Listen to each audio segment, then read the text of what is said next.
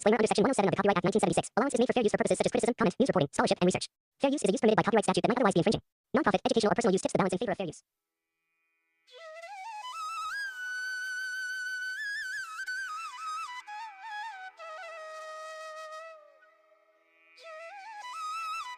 ये है गुजरात का छोटा सा गांव कुआपुर। कुछ दिन बाद गांव में भयंकर गर्मी वाली समर पूल पार्टी आने वाली थी। उधर ही गांव के एक कोने में एक गरीब आदमी रहता था जिसका नाम था गरीब। हाँ, उसका नाम गरीब चंदू था। वो अपनी बीवी चमेली के साथ रहता था। गरीब चंदू का भीख मांगने का खानदानी काम था। उसका बाप भिखारी था, उसका दादा भिखारी था। बस उसके दादा की वजह से उसको एक जमीन मिल गई थी जिस पर वो खेती करता था। मेरी जान, आपके उस सूखे हुए खेत का क्या हुआ? क्योंकि अब फसल बेचने का समय आ गया है और आपको तो पता ही है, इसके बिना हम गर्मी की इस कलर पूल पार्टी में नहीं जा सकते और ना ही पार्टी मना सकते हैं। मुझे पता है मेरी जान, मैं भी इस पूल पार्टी के लिए बहुत उत्साहित हूं, क्योंकि मैं अपनी प्यारी कविता जी के साथ कलर वाली पूल पार्टी खेलना चाहता हूं। उन्होंने मुझे बताया कि वो पार्टी में एकदम बैकलेस ब्लाउज पहनेंगी। और सोचो चमेली, जब मैं पूल के ठंडे पानी के अंदर उनकी नंगी पीठ पर लाल रंग लगाऊंगा, कसम से मजा आ जाएगा। अरे तुम्हारे होठ फड़फड़ा क्यों रहे हैं? कृपया ठीक से बोलें। जब से आप इस मोहल्ले में आए हो, अपने भाई से गांव में लात मरवाने के बाद से आपके होठ ऐसे ही फड़फड़ाते रहते हैं। एक लात में तुम्हारी मशीन हिल गई है क्या? अरे कुछ नहीं, वो तो मैं बस पैसों के बारे में सोच रहा था। और हाँ, मुझे पता है कि मेरे भाई ने क्या किया है और मैं उससे अपनी बेइज्जती का बदला जरूर लूंगा। लेकिन तब तक मुझे अपनी फसलें बेचनी है और तुम चिंता मत करो, फसल बेचने से मुझे बहुत सारे पैसे मिल जाएंगे। मुझे पता है कि उसके बिना हम आज रात ढंग का खाना भी नहीं खा सकते। फसल बेचने के लिए खुशी खुशी अपने खेत की ओर निकल गया।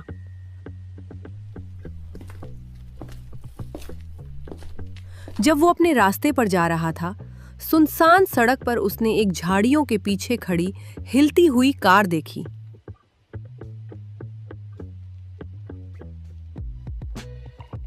चंदू वहीं रुक गया और सोचने लगा कि बिना इंजन चालू हुए ये कार क्यों हिल रही है। उस कार के अंदर से कुछ अजीब अजीब सी आवाजें आती हैं। और तेज, थोड़ा ऊपर, पूरा अंदर तक डालो। चंदू को जानने की भयंकर उत्सुकता हुई कि अंदर कौन कुश्ती लड़ रहा है और वह छुपता छुपाता देखने के लिए वहां गया। लेकिन अचानक उसने पीछे से किसी के कदमों की आवाज सुनी और उसे लगा कि गांव का गुंडा छोटू बउआ आ रहा है। इसलिए वो डर के मारे बिना पीछे देखे वहां से भाग गया। हांफते हुए वो अपने खेत में पहुंचा और वहां का नजारा देखकर उसके पैरों तले जमीन खिसक गई। उसने देखा कि गर्मी के मौसम में अत्यधिक तापमान 50 डिग्री के कारण उसकी सारी फसल जलकर राख हो गई थी। सब कुछ बर्बाद हो चुका था। वो सदमे में अचानक वहीं खेत की सूखी जमीन पर बेहोश हो गया।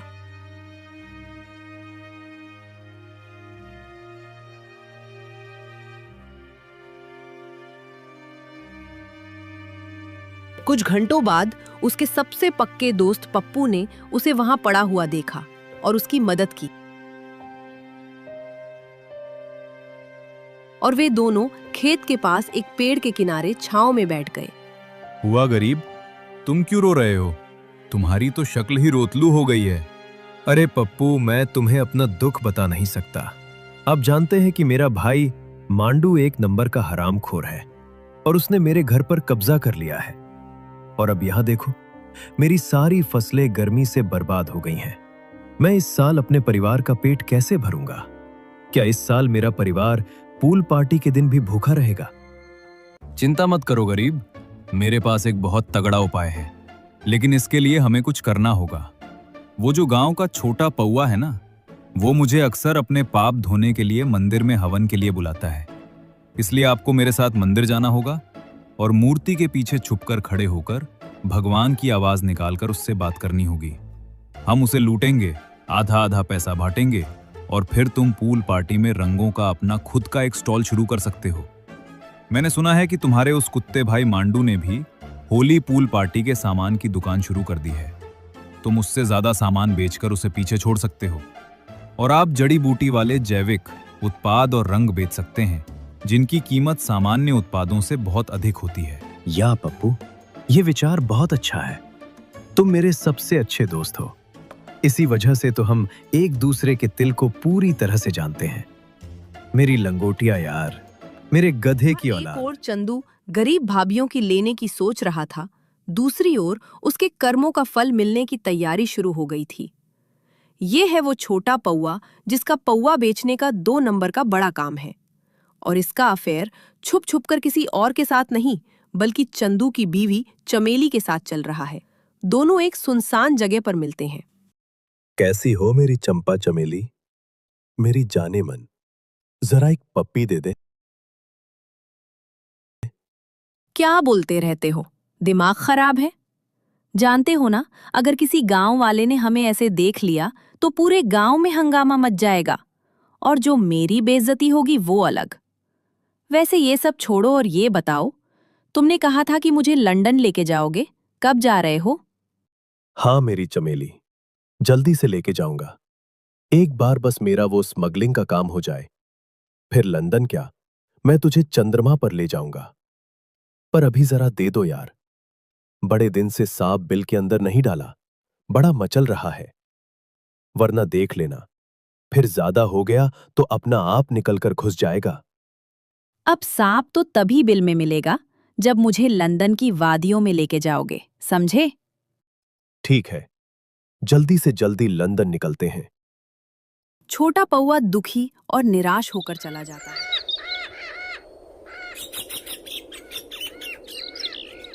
सब तैयारियां चल रही थीं। पप्पू ने मंदिर में पीछे की तरफ स्पीकर, लाइट और धुएं की मशीन सब सेट कर दी थी। पहले उस गरीब चंदू का इंतजार था जो अभी तक नहीं पहुंचा था, पर अभी तक चंदू का अता पता नहीं था। पप्पू पसीने से तरबतर हो जाता है। अरे भगवान, क्या होगा? एक तो साले ये चंदू कमीने का अता पता नहीं है। अगर इसे शक हो गया तो ये पौआ मेरा ही पौआ बना देगा। साला चंदू कहाँ मर गया? सच्ची में आज मेरा राम का नाम सत्य हो जाएगा।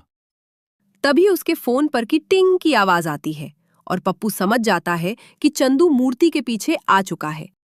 ओए पंडित, जल्दी से हवन शुरू कर। और तूने बोला था कि मेरी तू शिवजी से बात करवा देगा। अगर आज बात नहीं करवाई तो तू जानता है ना मैं कौन हूं। मैं छोटा पौआ हूं। अगर कोई मुझसे झूठ बोले तो मैं उसे बीच चौराहे पर नंगा कर देता हूं। छोटा पौआ जी, आप थोड़ा इंतजार करें और हाथ जोड़कर शिव शंकर का आह्वान करें और मेरा भरोसा करें, शिव शंकर के दर्शन आपको जल्दी होने वाले हैं। पौआ हाथ जोड़कर आंख बंद कर लेता है। पप्पू जल्दी से मूर्ति के पीछे भाग जाता है और छुप जाता है। अचानक से मशीन से धुआं आना शुरू हो जाता है और अजीब अजीब साउंड स्पीकर से आना शुरू हो जाता है। तभी मूर्ति के पीछे से एक भारी ध्वनि आती है। कैसे हो छोटा पौआ? मुझे क्यों बुलाया है? क्या काम है? अनजाने में उसे सच में शिव शंकर समझकर, हे शिव शंकर, मेरी एक सेटिंग है चमेली, जो उस गांव के गरीब चंदू की बीवी है। उसके साथ मुझे लंदन भागना है, तो मेरा जो गैर कानूनी माल का ट्रक है वो जल्दी से बॉर्डर पार करके चला जाए, बस यही कृपा कर दो। चंदू अपनी बीवी का नाम और लंदन भागने की बात सुनकर अंदर ही अंदर आग बबूला हो जाता है। पौआ, ये बता कि तू कितने बजे ये माल ट्रक में डालेगा और कब? तेरा काम हो जाएगा, मेरा आशीर्वाद है। सुनकर पौआ बहुत खुश हो जाता है और माथा टेककर वहां से चला जाता है। इस छोटे पौआ की हिम्मत कैसे हुई कि मेरी बीवी पर नियत डालेगा? अब मैं इसे बताता हूँ कि इसकी क्या औकात है। साला बीवी कोई के दम पर तो अमीर बना है। सारी प्रॉपर्टी इसकी नहीं, इसकी बीवी की है। इसको रंगे हाथों पकड़ने का एक विचार है मेरे पास। अब मैं इसको ऐसा सबक सिखाऊंगा कि ये तैयारी जिंदगी शुरू भर कर याद देता है। चंदू को इस प्लान के लिए पैसों की सख्त जरूरत थी, क्योंकि जो काम उसको करना था उसमें मोटा पैसा लगेगा, और वो पैसा पूल पार्टी के रंगों का सामान बिकने से मिलेगा जो पौआ ने मंदिर में चढ़ाया था। तो चंदू पार्टी के पास अपना ऑर्गेनिक रंगों का स्टॉल लगाता है। पर उधर भी एक नई चुनौती उसके लिए तैयार थी। पड़ोस में ही उसके दुश्मन भाई मांडू की रंगों की दुकान लगी होती है। पर चंदू के हर्बल और सेफ कलर की वजह से सारे ग्राहक चंदू की दुकान पर जाते हैं। मांडू की दुकान पर मक्खियां मार रही होती हैं। ये देखकर चंदू का भाई मांडू गुस्से से पागल हो जाता है और उसको बदला लेने का एक अलग ही आइडिया सूझता है। इस चंदू को बताना पड़ेगा कि मुझसे पंगा लेना बड़ा बुरा रहेगा। और छुटंका छुटंका मैंने इसको घर से तो निकाल दिया था, लगता है कि अब इसको शुद्ध गांव से भी निकालना पड़ेगा। शाम को दिन भर की जबरदस्त बिक्री करने के बाद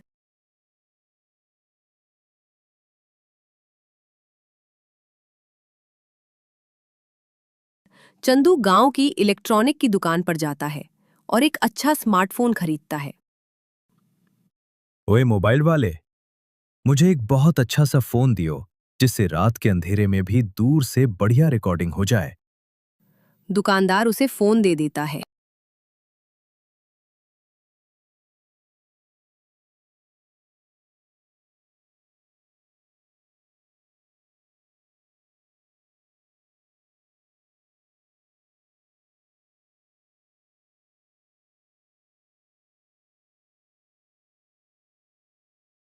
उधर मांडू पक्का रंग और खुजली वाला केमिकल खरीदता है।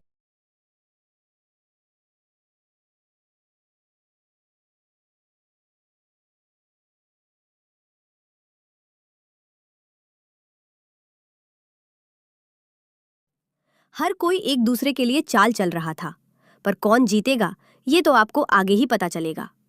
और ये पूल पार्टी रंगों की होगी या खून की, ये भी देखना बाकी था। रात हो चुकी थी। जब चंदू अपने बिस्तर पर गहरी नींद सोने का नाटक कर रहा था, तो तभी चंदू की बीवी चमेली चुपचाप उठती है और पौवा के अड्डे पे जाने के लिए निकलती है। उधर थोड़ी देर बाद चंदू भी छुपता छुपाता उन दोनों का पीछा करता है और दूसरी तरफ घर के बाहर पेड़ के पीछे मांडू छिपा होता है, जो चंदू के जाने का इंतजार कर रहा था। जैसे ही सब जाते हैं, मांडू घर के अंदर घुसकर चंदू के सारे हर्बल कलर में केमिकल मिला देता है।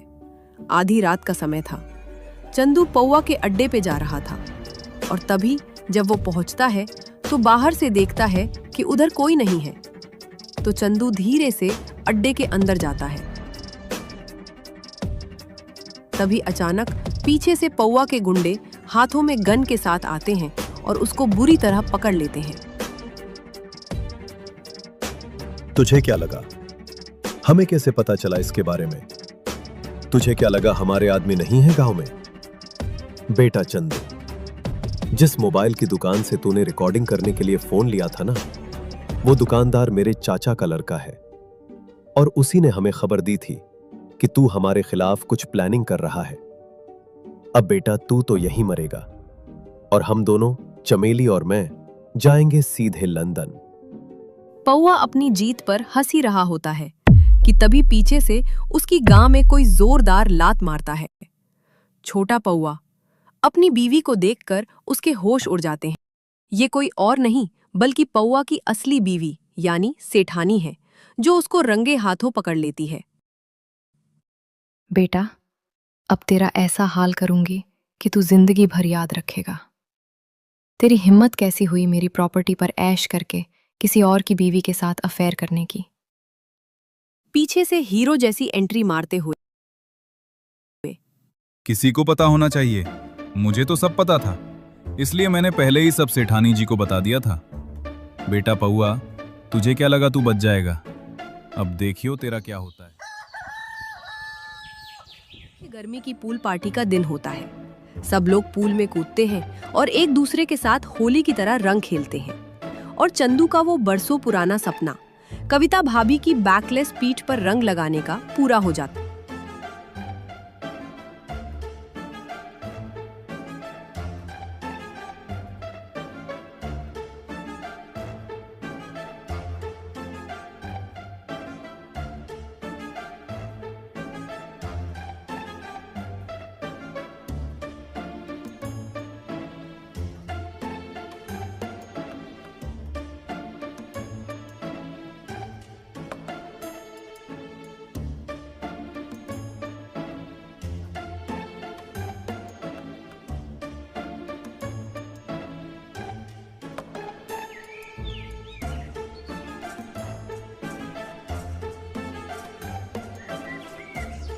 जाता है। लेकिन अगले दिन सुबह सुबह चंदू के घर के दरवाजे पर जोर जोर से दस्तक होती है। चंदू गेट खोलता है तो देखता है कि उसके घर के बाहर बहुत सारे गांव वाले गुस्से में खड़े होते हैं।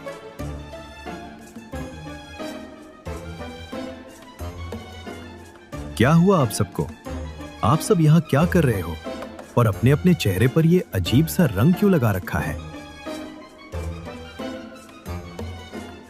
साले, पहले तू हमें ऑर्गेनिक कलर बोल के मिलावटी केमिकल वाला कलर बेचता है जिससे हमारे शरीर में खुजली हो गई, और अब हमसे ही बोलता है कि हमने अपने चेहरे पर क्या लगा रखा है। मारो साले को। रुक जाओ सब, चंदू बेकसूर है। ये सब रंग में मिलावट करना उसके बड़े भाई मांडू का काम है। हाँ, जब मांडू रात के अंधेरे में रंग में केमिकल की मिलावट कर रहा था तो चंदू सेठानी को पौवा के अड्डे पर पकड़वाने जा रहा था, और मैंने उसी वक्त मांडू को वो सब करते हुए अपनी आंखों से देख लिया था।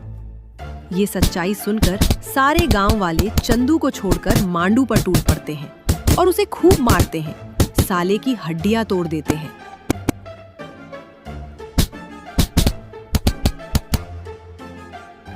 उधर चंदू की धोखेबाज बीवी चमेली और छोटे पौवा को सेठानी एक तपते हुए रेगिस्तान में बिना पानी के छोड़ देती है। डार्लिंग चमेली, तुमने बोला था कि लंदन जाकर तुम मेरे सांप को अपने बिल में जाने दोगी। ओए साले, एक तो तेरी घटिया स्मगलिंग की वजह से मैं यहाँ इस गर्मी में फंस गई, और तुझे अभी भी अपने सांप की पड़ी है।